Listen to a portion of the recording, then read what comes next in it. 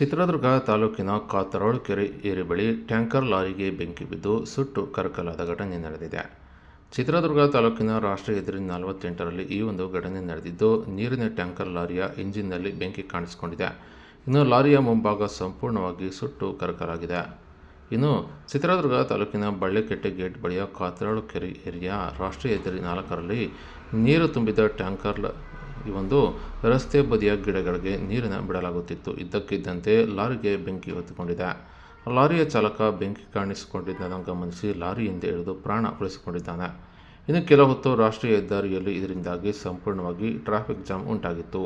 ಇನ್ನು ಸ್ಥಳೀಯರು ಅಗ್ನಿಶಾಮಕ ದಳದವರಿಗೆ ಕರೆ ಮಾಡಿ ಮಾಹಿತಿ ತಿಳಿಸಿದಾಗ ಸ್ಥಳಕ್ಕೆ ಅಗ್ನಿಶಾಮಕ ಸಿಬ್ಬಂದಿಗಳು ದೌಡಾಯಿಸಿ ಲಾರಿಗೆ ತಗುಲಿದ ಬೆಂಕಿಯನ್ನು ಸಂಪೂರ್ಣವಾಗಿ ನಂದಿಸಿದ್ದಾರೆ. ಇನ್ನು ಭರಮಸಾಗರ ಪೊಲೀಸ್ ಠಾಣೆ ವ್ಯಾಪ್ತಿಯಲ್ಲಿ ಘಟನೆ ನಡೆದಿದ್ದು, ಪೊಲೀಸರು ಸಹ ಸ್ಥಳಕ್ಕೆ ಆಗಮಿಸಿ ಪರಿಶೀಲನೆ ನಡೆಸಿದ್ದಾರೆ.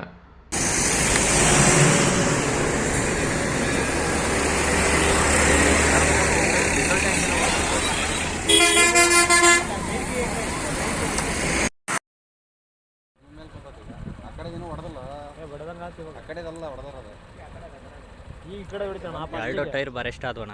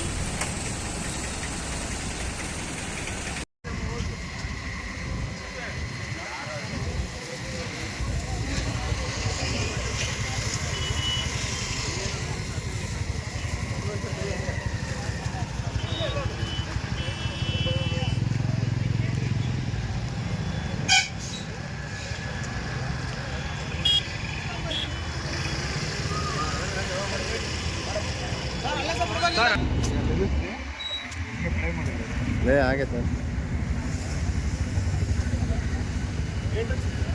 ರೈಟ್.